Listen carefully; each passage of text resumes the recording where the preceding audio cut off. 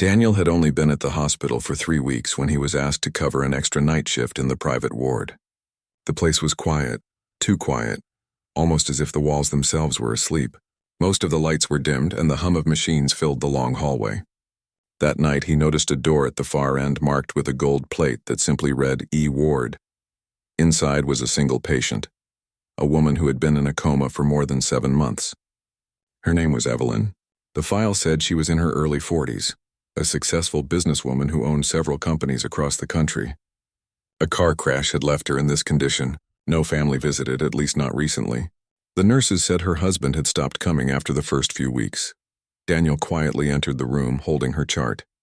The faint sound of the monitor was steady, the slow rhythm of her heart echoing through the room. He looked at her. Pale skin, motionless face. A woman once full of life now lying still, surrounded by machines. He spoke softly, even though she couldn't hear him, or so everyone believed. "Good evening, Evelyn," he said as he checked her pulse. "I'm just going to take care of your bandages and change them." The senior nurses had already told him there was no point in talking to her. "She doesn't know you're here," one of them said earlier that day. But Daniel didn't agree. He had worked in emergency care before, and he'd seen strange things.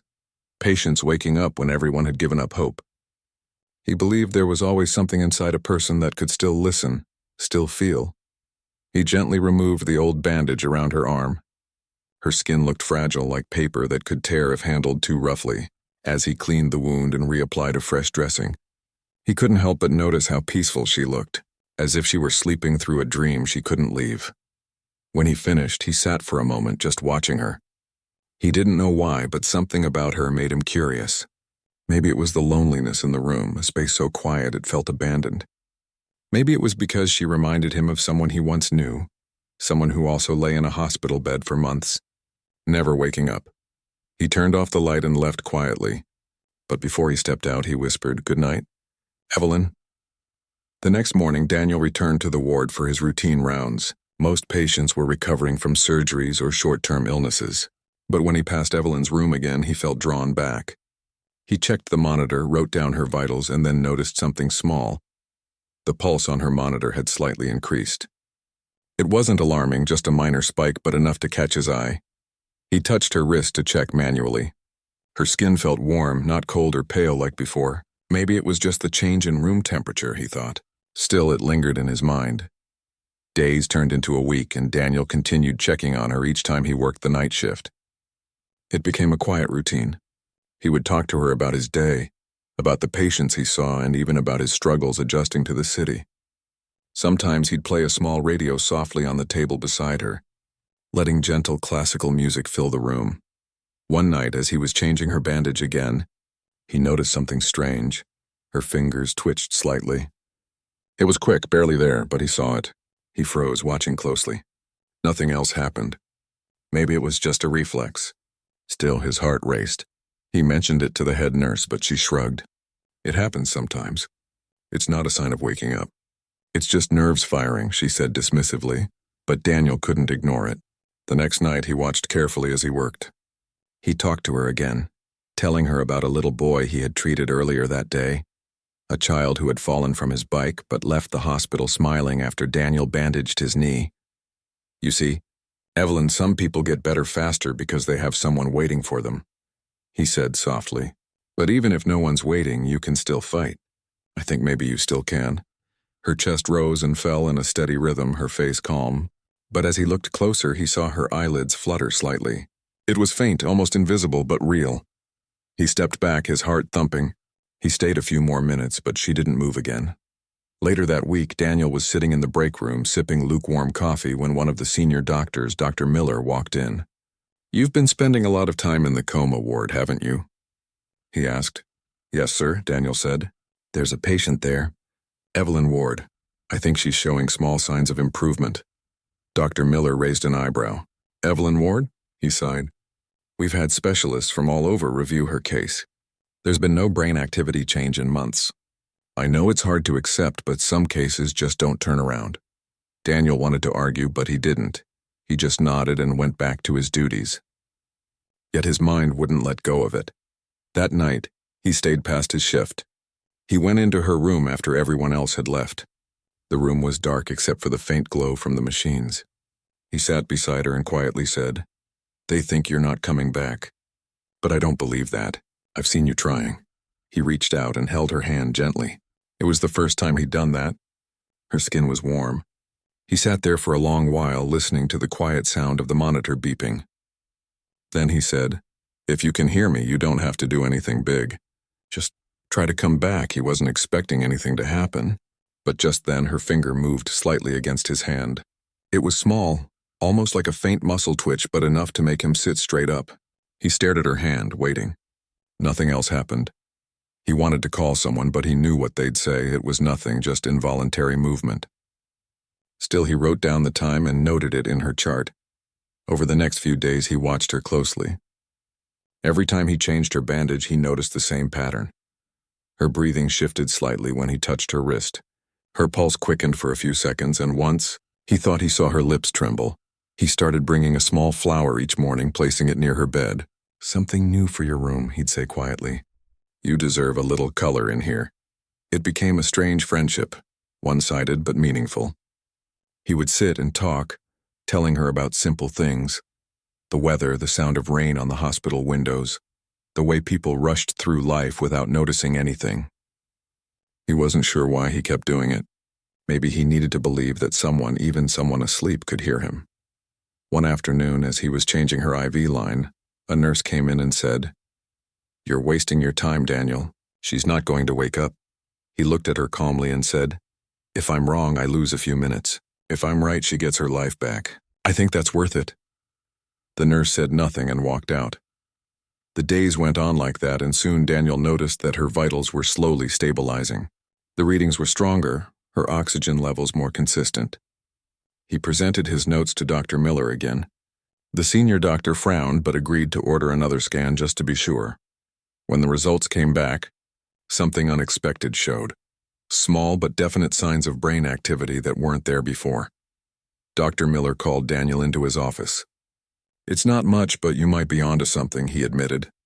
"Let's keep monitoring her." That was all Daniel needed to hear. He felt a renewed sense of hope. That night, he sat in Evelyn's room again. He smiled and said softly, "You're fighting, aren't you?" "I knew it." The rain outside tapped gently against the windows. He adjusted the bandage on her arm, careful and gentle, humming a tune quietly. Then he noticed her pulse again, a small jump right as he touched her wrist. "You can hear me, can't you?" he whispered. "Don't worry. I'm not going anywhere." He stayed with her until dawn, watching over her as if she were someone dear to him. When the first light of morning touched her face, he saw something that nearly made him drop his pen, a single tear rolling down her cheek. He froze. He looked closer, and it was real. For a moment, he couldn't breathe. He called the nurse, who rushed in, but when she saw nothing else, she brushed it off. "Could just be moisture from her eyes," she said. But Daniel knew what he saw. It wasn't moisture. It was emotion. From that day on, his visits weren't just part of the job. They became something personal. He made sure her room always smelled fresh, kept her sheets soft, and even changed the curtains to let more sunlight in. The hospital staff began noticing how much attention he gave to that one patient. Some whispered behind his back, calling him sentimental, but he didn't care. He felt a connection he couldn't explain. Not love, not pity, but something deeper. A sense that somehow she was still in there, listening, waiting. One morning, when he came in early, he found a letter on the side table. It was from a nurse who had worked there before him. It said that Evelyn used to visit the hospital years ago as a donor. She had helped fund the children's wing and often talked to patients herself, comforting them when no one else would. Reading that made him smile. "So you were the kind of person who never gave up on others," he said softly. "Now it's my turn not to give up on you." He spent the next several weeks making small adjustments to her care, ensuring her limbs were moved to prevent stiffness, checking her eyes for response, even using mild stimulation therapy when possible. One late night, while reapplying her bandage once more, he spoke again. "You've been here for so long, Evelyn. Everyone thinks you're not coming back, but I believe you're still fighting. Maybe all you need is someone to remind you that there's still a world waiting for you." For the first time, her breathing pattern changed more clearly. Her chest rose higher, then steadied again. Daniel felt his throat tighten. He reached for her hand, holding it softly. "If you can hear me, you're not alone," he said quietly. "Just keep trying. I'll be right here." The monitor beeped steadily, the rhythm almost matching his heartbeat. That night, Daniel didn't sleep. He stayed beside her bed until morning, watching, hoping, waiting. The world outside kept moving, but in that small room, time seemed to stand still. Just a young doctor and a woman caught between silence and life. And somewhere deep inside, something was changing. Something that no one could yet see. Because soon, the impossible was about to happen. The next morning, the hospital was buzzing with its usual rhythm. Footsteps echoing, machines humming, and nurses moving quickly from one room to another. But inside room 212, Daniel felt like time had slowed down. He couldn't stop thinking about the tear he had seen on Evelyn's cheek the night before. It had shaken him in a way he couldn't explain. He wanted to believe it wasn't just his imagination. When he entered her room again, the sunlight had filled the space with a soft, golden glow. The flower he'd placed beside her bed 2 days earlier had begun to wilt, its petals drooping slightly. He replaced it with a fresh white lily, then checked her vitals. Everything looked stable. Pulse normal, oxygen level good, heartbeat strong. He leaned over and said softly, "Morning, Evelyn. You gave me quite a surprise last night." She didn't move, of course, but he spoke as if she could hear. He told her about the patients he'd seen that morning. A man recovering from heart surgery who'd managed to smile again after days of pain. "It's strange," he said, "how people think healing is just about medicine. I think sometimes it's about hearing a voice that reminds you life is still out there waiting." He noticed again the faint twitch in her fingers when he spoke. It wasn't random. There was rhythm in it, like her body trying to respond. He decided not to report it this time, not until he was sure. He wanted proof. For the next few nights, Daniel stayed longer than his shifts required. He brought a small speaker and played gentle music, the kind that filled silence without feeling heavy. He read aloud from newspapers, telling her stories about the world outside. A charity event, a new scientific discovery, small things that made life sound interesting. Then one night, as he adjusted her pillow, he noticed her eyelids move again, slowly, like the faint tremor of a leaf in the wind. He froze. Her lips parted slightly, and a shallow sound came from her throat. Just a breath, but different. He leaned closer. "Evelyn, can you hear me?" he whispered. Her body stayed still, but her pulse spiked. He didn't imagine that. He quickly noted the time on her chart, his heart beating faster than the monitor. Later, in the hallway, he ran into Dr. Miller and told him what he'd seen. The senior doctor sighed. "Daniel, I understand you care about her, but you have to accept the limits of medicine. Reflexes can happen. They don't always mean consciousness." Daniel wanted to believe that, but something deep inside him said otherwise.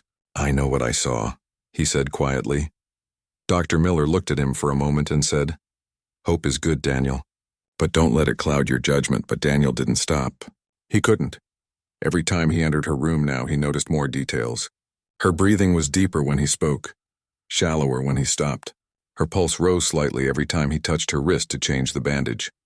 He began recording his observations in a separate notebook he kept for himself. Times, movements, reactions. The pattern was clear. She was trying to come back. One evening, a new nurse named Clara joined him on rounds. She was young, kind, and curious. When Daniel took her to Evelyn's room, Clara paused for a moment. "She looks so peaceful," she said softly. "She is," Daniel replied. "But I think she's more awake than she looks." Clara raised an eyebrow. "You mean she might hear us?" "I think so," he said. "Maybe not in words, but in some way." Clara smiled gently. "Then let's make sure she hears something good." From that night on, Clara began leaving the radio on low volume, tuned to a soft station that played piano music. The two of them took turns checking on Evelyn, and slowly even Clara began to notice the changes. One night, Daniel was late finishing rounds. When he entered Evelyn's room around midnight, the lights were dim and the soft piano melody floated through the air. Clara was already there, adjusting the blanket. "She moved again," Clara whispered. "Just now. Her hand twitched when I touched it." Daniel's eyes widened. "You're sure?" Clara nodded. "Positive." He walked closer, holding Evelyn's wrist gently. "Evelyn, it's Daniel," he said softly. If you can hear me, you're safe. You've been asleep for a long time, but we're here. You're not alone." Her fingers moved again, slow, deliberate. Clara gasped quietly. "Oh my God," she whispered. They both stood there, stunned. It was no longer a random twitch. It was a response. The next morning, Daniel gathered all his notes and went straight to Dr. Miller's office. "She's responding," he said firmly, placing the notebook on the desk. "These are daily records of her pulse, movement, and breathing. There's a clear pattern." Dr. Miller flipped through the pages, then looked up. "You're saying she's conscious?" "Not fully, but something is changing. Her body reacts to voices, especially when I talk to her." Dr. Miller sighed, thoughtful now. "All right, we'll schedule a neurological test to measure activity. If you're right, we'll see it." The test was set for the next day. Daniel stayed by Evelyn's side as technicians placed sensors on her head. When the readings began, there was a long silence in the room. Everyone watched the monitor. At first the line stayed flat, steady. Then slowly small waves appeared. Not much, but clear. Faint signals showing activity. The technician turned to Dr. Miller and whispered, "This wasn't here before." Dr. Miller looked at Daniel, almost smiling. "You might just be right." That night, Daniel sat in Evelyn's room, unable to hide his excitement. "You did it," he said quietly. "You're coming back, I know you are." Her eyelids fluttered again. Small but real. The next few days were filled with a quiet sense of hope. The nurses were more attentive, and even Dr. Miller visited more often. Still, Daniel was the one who spent the most time with her. He began talking to her about his own life, about how he'd always wanted to be a doctor since he was a child, how his mother used to volunteer at hospitals, how he'd once lost a patient and it haunted him for months. He spoke not as a doctor, but as a person, open, honest human. Sometimes he'd even laugh softly as he talked. "You know, Evelyn, I think people underestimate silence. They think it's empty, but I think silence is just another kind of language. Maybe that's how you're speaking to me." He could swear her breathing changed again at that moment, steady and deep. One evening, Clara came rushing into his office. "You need to see this," she said, breathless. They ran to Evelyn's room. The lamp by her bed flickered in the dim light. Her hand was moving again, this time more strongly. Her fingers twitched twice, then 3 times, as if she was trying to hold on to something invisible. Daniel quickly leaned forward. "Evelyn, it's Daniel. You're safe.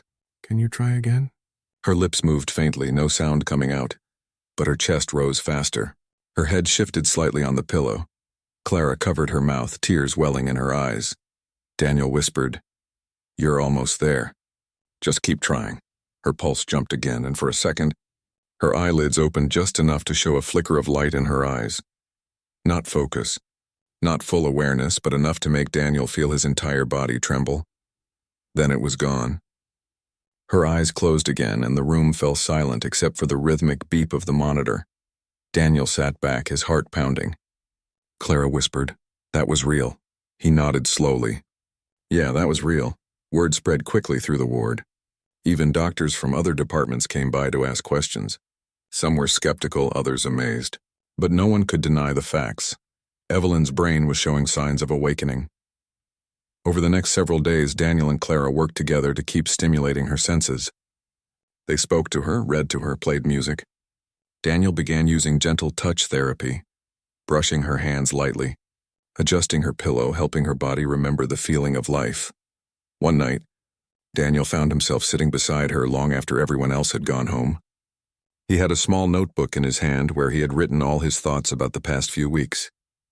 He looked at her and said softly, "I used to think medicine was all about knowledge, about knowing what to fix and how to fix it. But now I realize it's also about belief.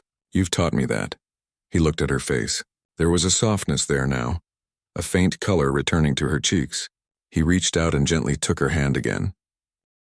"You know," he said, smiling faintly, "everyone thinks I'm crazy for spending so much time here.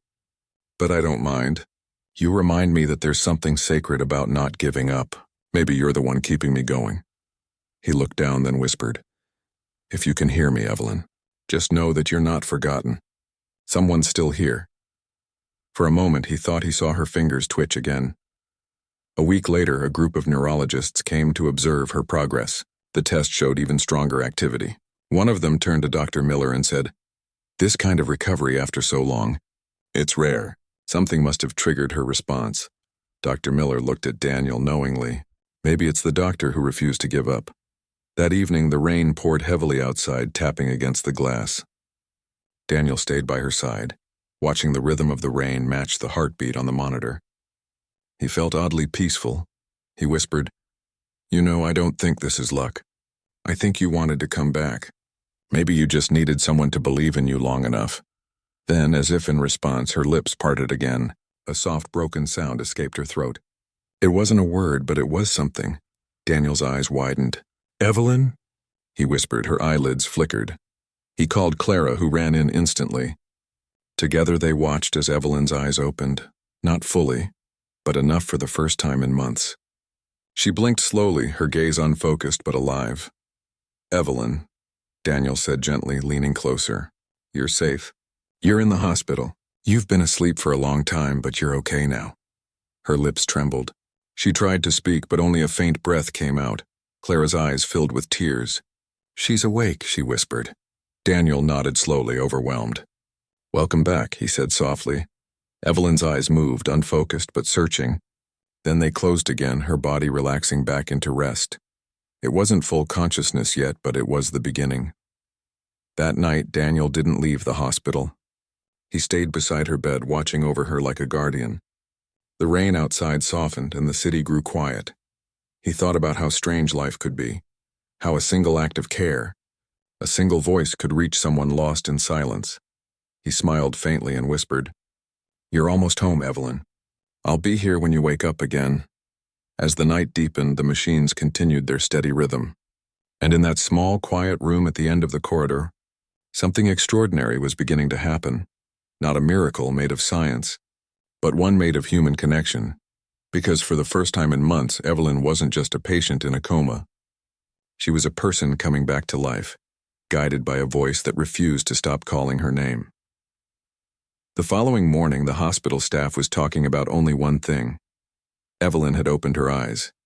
It had spread quickly through the wards. Some called it a miracle, others a coincidence, but for Daniel it was proof that his belief wasn't in vain.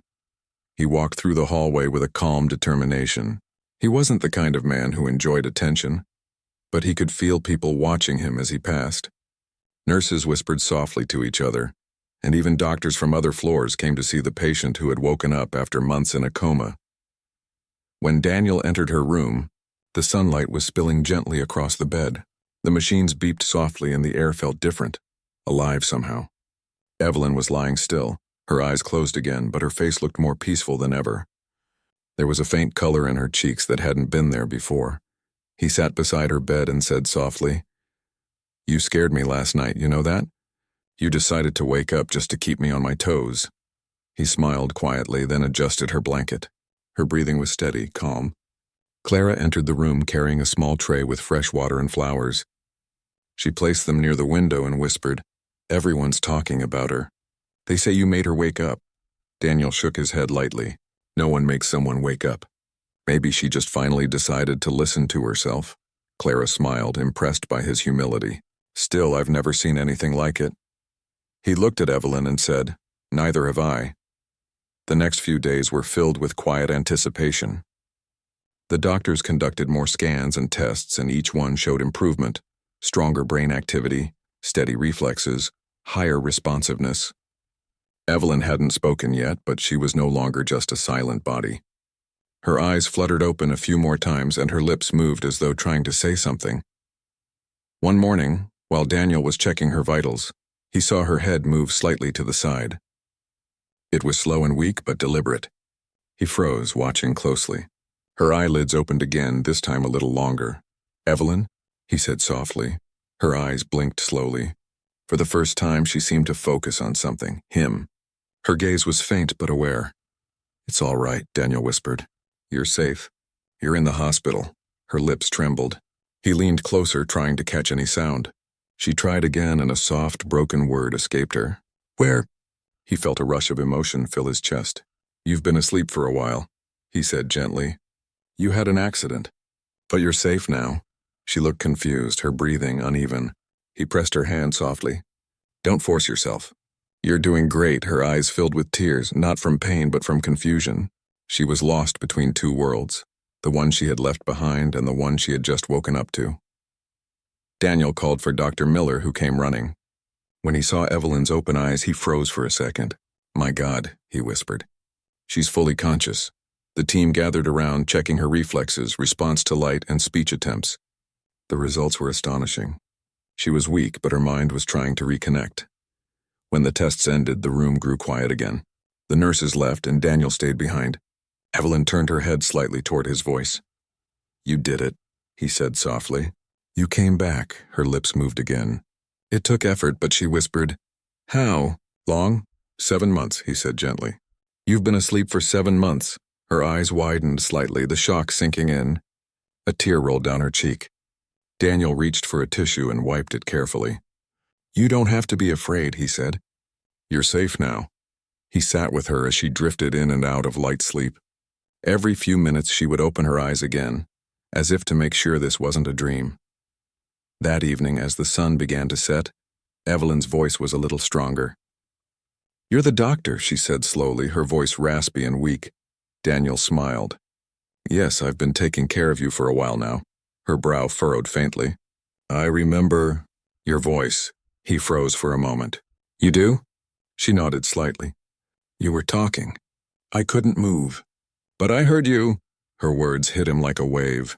He leaned closer, his voice gentle but shaken. "You heard me? All that time?" She blinked slowly. "Sometimes. You talked about music, rain, hope." Daniel felt his throat tighten. He hadn't realized how much those late-night talks might have mattered. "I just wanted you to know you weren't alone," he said softly. Her lips curved slightly. Not a full smile, but something close. "You didn't stop talking," she whispered. He looked down, trying to steady his emotions. "No, I didn't." As the days passed, Evelyn's recovery became the hospital's quiet miracle. Each morning she stayed awake a little longer, speaking a few more words, recognizing faces, asking small questions about what had happened. Dr. Miller and his team were thrilled. "This is beyond what we expected," he said during one of their meetings. "Her responsiveness is incredible. It's as if something personal reached her when medicine couldn't." Daniel didn't say anything. He just smiled quietly. He knew what it was. Connection. One afternoon, Evelyn was sitting slightly upright for the first time, supported by pillows. Her eyes looked out toward the window, where the city skyline shimmered faintly under the sunlight. Daniel entered the room, carrying her chart. "You're improving faster than any of us thought," he said cheerfully. She turned her head toward him, her voice still soft. "I feel like I'm dreaming." "You're not," he said.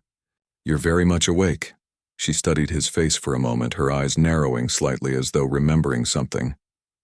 "You were there every day?" He nodded. "Almost every day." Her gaze softened. "Why?"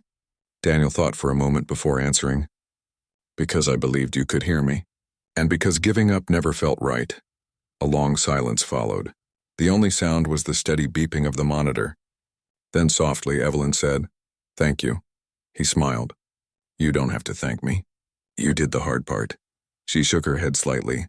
"No. You stayed." That simple sentence carried more weight than any medical result could. Over the next week, Evelyn began to speak more freely.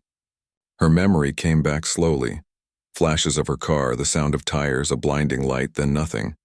She would often close her eyes when trying to remember more, her face tightening as if her mind was fighting through fog. Daniel always reminded her gently, "Don't rush it. It'll come back in time." Sometimes she'd ask him small questions about the world outside. "What month is it?" Or, "Is it still cold?" He would answer with patience, making sure she felt safe in every moment. She started recognizing some nurses by voice and even managed a weak laugh when Clara joked that she'd become the hospital's most famous patient. But, even as she healed physically, something inside her seemed unsettled. There were moments when she grew quiet, her eyes distant. One evening, Daniel noticed her staring out the window for a long time. "Are you okay?" he asked softly. She didn't answer right away. Finally, she said, "It's strange to wake up and realize life went on without me." Daniel sat beside her. "It always does. But now you're here again. You have time to catch up." She nodded slowly. It feels like I've lost pieces of myself, he said gently. You'll find them again, piece by piece. She looked at him for a moment, then smiled faintly. You really believe that, don't you? He smiled back. I have to. It's part of the job. She laughed softly, her first genuine laugh since waking up. You're different from the others, she said. You talk like someone who's been through something. Daniel hesitated for a moment. Maybe I have. She looked curious, but he didn't elaborate. Some stories weren't ready to be told yet. As days passed, Evelyn's voice grew stronger. She could now eat soft food, move her fingers freely, and even sit up for short periods without support. The doctors called it remarkable recovery, but Daniel called it something else, courage. Each time he entered her room, she greeted him with a soft smile. She asked about his life, his work, and the people in the hospital. He told her little stories, about a patient who brought chocolates for the nurses, about the child who refused to take medicine unless Daniel told him a joke first. She enjoyed listening, often smiling or laughing softly. You make the hospital sound less scary, she said once. That's the trick, he replied. Fear fades when you replace it with stories. One afternoon, when the room was quiet, Evelyn said, You know, when I was in the coma, I could hear things. Not always, but sometimes. I remember voices, footsteps, machines, even rain. But yours? Yours was different? Daniel looked at her, unsure what to say. Different how? It sounded calm. Like it was pulling me back, she said slowly. Sometimes I thought if I could just follow your voice, I'd find my way out. He felt his chest tighten again. Maybe that's what you did, he said softly. Her eyes met his, and for a moment, they both stayed silent, the kind of silence that doesn't need to be broken. The connection between them grew stronger, though unspoken. It wasn't romantic, not yet, but it was something deep, built on trust, gratitude, and shared hope. Every time he walked into the room, her expression softened. Every time she spoke, he listened as if her words were the most important thing in the world. One evening, as he prepared to leave, she said quietly, You never told me your full name. He smiled. It's Daniel Reed. She repeated it softly, as if trying to memorize it. Daniel, I won't forget that. He looked at her for a moment, then said, I don't think I'll forget you either. After he left, Evelyn watched the door close and felt something she hadn't felt in a long time. Comfort. Not the comfort of luxury or money, but the comfort of being seen, of being cared for by someone who expected nothing in return. As she drifted to sleep, she whispered softly, Thank you for not giving up. Daniel, walking down the hallway, couldn't shake the feeling that her recovery was only the beginning. Something deeper was waiting to unfold, something hidden beneath the surface of her past. He didn't know it yet, but the truth behind her accident, and the reason she'd been left in that hospital for months without visitors, was about to come to light. And when it did, everything he thought he knew about Evelyn Ward would change forever. Evelyn's recovery continued at a pace that surprised everyone. Within weeks, she could walk short distances with help. The nurses cheered her on each time she managed a few extra steps. It became a small event in the ward, something people quietly looked forward to. Daniel often watched from a distance, making sure she didn't notice how closely he was observing. He wasn't just her doctor anymore. He had become someone who cared deeply about her progress, not only medically but emotionally. But while her body healed, her mind was filled with questions. Pieces of her memory were returning, and with each one came confusion and unease. Sometimes she'd wake in the middle of the night, whispering fragments of sentences that made no sense to the nurses. One morning, when Daniel entered her room, she was sitting up in bed, her face pale and tense. Rough night? He asked softly. She looked at him with uncertainty. I saw something, or maybe I remembered it. He pulled a chair close to her bed. Tell me. She hesitated, trying to find the right words. There was rain. I remember driving. Headlights in my mirror. Then the sound. Like a crash. But it wasn't just that. Someone was shouting my name. Daniel leaned forward slightly. Do you remember who? She shook her head. No, I can't see the face. Just the voice, deep, angry, desperate. Her hands trembled slightly, and he reached out to steady them. It's okay. Don't force it. Memory doesn't come back all at once. She took a slow breath. It felt real this time, like I was reliving it. Daniel nodded thoughtfully. Sometimes trauma comes back in flashes. The brain protects itself by releasing memories in pieces. She looked at him quietly for a long moment. I'm scared of what else I'll remember. He smiled softly. Whatever it is, you're not facing it alone. Her eyes met his, and something in her expression softened. Trust, quiet but certain. Later that day, Daniel went to Dr. Miller's office to review Evelyn's case files again. There were still unanswered questions. He'd read the police report before. A single car accident on a rainy night. No other vehicle identified, no family contact. But something about the details bothered him. He asked the nurse at the front desk for the emergency intake forms from the night she was admitted. When he saw them again, one line stood out. Driver was found conscious but became unresponsive en route. He frowned. Conscious? That detail had never been mentioned before. If she was conscious even for a few minutes, someone must have heard her speak. He decided to track down the first responder listed on the report, Officer Lewis. He called the local precinct, explained he was following up on a patient's recovery, and requested to speak with the officer. When Lewis finally called back, his tone was calm but cautious. Yeah, I remember that night. Pretty bad wreck. Thought she wasn't gonna make it, Daniel asked. Did she say anything before she lost consciousness? There was a pause on the other end. She did, yeah. Kept saying something about the bridge and he followed me. Daniel's pulse quickened. Do you know what that meant? No idea, Lewis said. We checked the scene. No sign of another car. Could have been her mind playing tricks before she passed out. Maybe, Daniel said slowly. Thank you for the information. When he hung up, he sat for a long moment staring at the floor. He followed me. Those words kept echoing in his mind. That evening, Daniel went to see Evelyn. She was sketching on a small notepad, something Clara had given her to help with hand coordination. The drawing was simple, almost childlike, but the subject made Daniel pause. It was a bridge.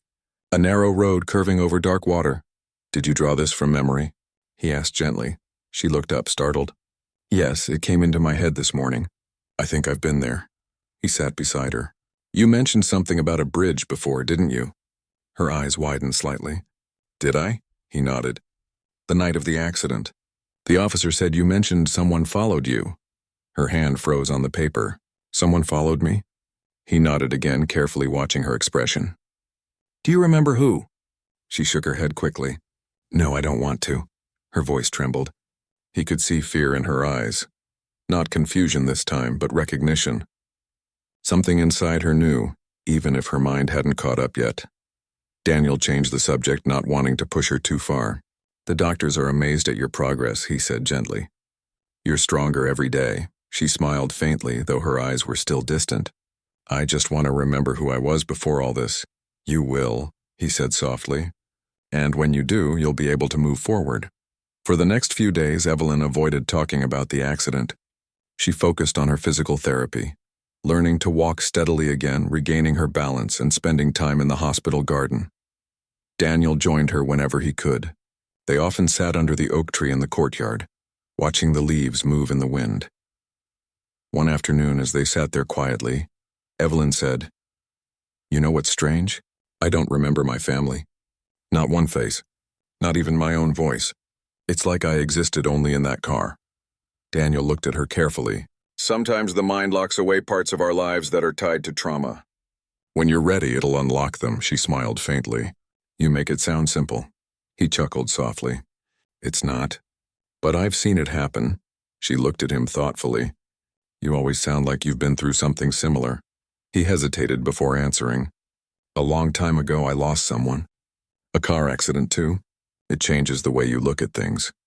She didn't ask for details, sensing that he didn't want to say more. Instead, she said softly, Maybe that's why you never gave up on me. Daniel looked away, his throat tightening. Maybe. That night, as Evelyn tried to sleep, she dreamt again. Rain, screeching tires, a bridge, and then a man's voice shouting her name. But this time, the dream didn't end with the crash. She saw something else. A figure standing outside her car window, face hidden by the darkness. She woke up gasping, her heart pounding. Clara came rushing in, turning on the light. Evelyn, what's wrong? Evelyn pressed her hands to her face. It felt so real. Like it's happening again. Clara comforted her softly, and after a while Evelyn fell back asleep. But when Daniel came in the next morning, Clara quietly told him what had happened. He decided to ask her gently about the dream later that day. When he did, she hesitated at first, then whispered, "There was someone there that night. I think he tried to hurt me." Daniel's jaw tightened. "You're sure?" Her eyes filled with tears. "I don't know. I just remember fear. And headlights. He wanted me to stop." He took a slow breath. "Maybe your memory is protecting you from the worst of it right now. Let it come naturally." She nodded weakly, and he squeezed her hand. That afternoon, while reviewing her files again, Daniel noticed another small detail he had overlooked. The belongings recovered from her car included a broken phone, 2 bracelets, and a torn photograph. The photograph hadn't been described in detail. He went to the evidence locker where the items were stored and asked to see them. The photo was faded and partially torn, but it showed Evelyn standing beside a man. They were on a dock near a lake. Both were smiling, though the man's face was only half visible because of the tear. Daniel studied it carefully. The man's arm was around her shoulders, protective, maybe even possessive. On the back of the photo, written in faint ink, were the words, "Forever starts here." When Daniel brought the photo to Evelyn the next day, she froze when she saw it. Her hands trembled as she took it. "Do you know who he is?" he asked quietly. She stared at it for a long moment, her eyes wide. I think I do. His name was Aaron. She stopped suddenly, her voice breaking. "He was the one following me." Daniel's heart sank. "You're sure?" Her breathing quickened. "We fought that night.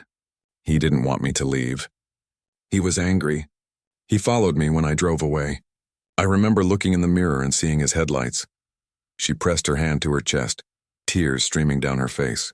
"He wanted to stop me. He said if he couldn't have me, no one would." Daniel sat beside her, his mind spinning. He wanted to comfort her, but part of him knew this changed everything.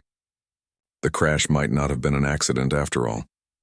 He stayed silent as she cried quietly, her memories finally flooding back in painful fragments. When she could finally speak again, she whispered, "I thought I was safe when I left. I never thought he'd follow me." Daniel said softly, "You don't have to relive it all at once. What matters is that you survived." She nodded weakly. "But why didn't anyone come for me? My family, my friends. No one knew?" He didn't have an answer. Maybe Aaron had made sure no one found her. Maybe she had been living a quiet life with no close relatives nearby. Later that evening, Daniel sat in his office, staring at the report again. The torn photo, the missing family contact, the bridge, all of it pointed to something more deliberate than an accident. He made a decision. The next day, he contacted Officer Lewis again. "I think my patient remembers more about that night," he said. "There might have been another car involved, the dark sedan," Lewis replied. "If that's true, we'll reopen the case. Send me what you have." Over the next few days, officers began visiting the hospital quietly, interviewing Evelyn and collecting new statements. She tried to stay strong, but every question seemed to pull her back into the fear she had been trying to escape. Daniel was always nearby, guiding her through it, making sure she didn't feel alone. One evening, after another round of questioning, she broke down. "I just want it to stop," she whispered. "I don't want to be that scared woman again." Daniel sat beside her and said gently, "You're not her anymore. You faced death and came back. That takes strength." She looked at him through her tears. "You really believe that?" "I do," he said quietly. "I've seen it in you every day." The warmth in his voice calmed her. For the first time in a long time, she believed it might be true. A week later, the police called Daniel. "We found something," Lewis said. "A car matching the description she gave. Registered to Aaron Hayes. It went off the road near the same bridge. He didn't survive." Daniel felt a chill run down his spine. "So he was there that night." "Looks like it," Lewis said. "From what we can tell, he must have lost control after she crashed.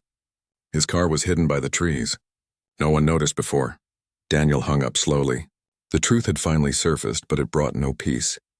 Evelyn had been running from danger, and fate had saved her, barely. That evening, he went to her room and sat quietly beside her. "They found his car," he said softly.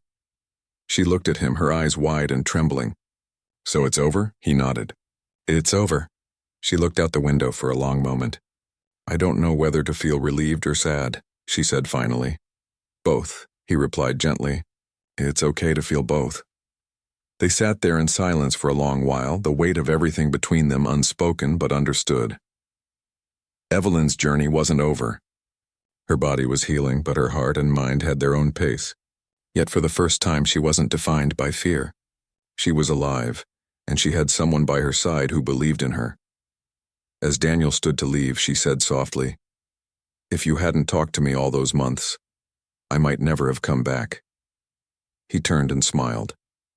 "You were the one who came back. I just made sure you had someone to come back to." Evelyn smiled faintly. "You did more than that."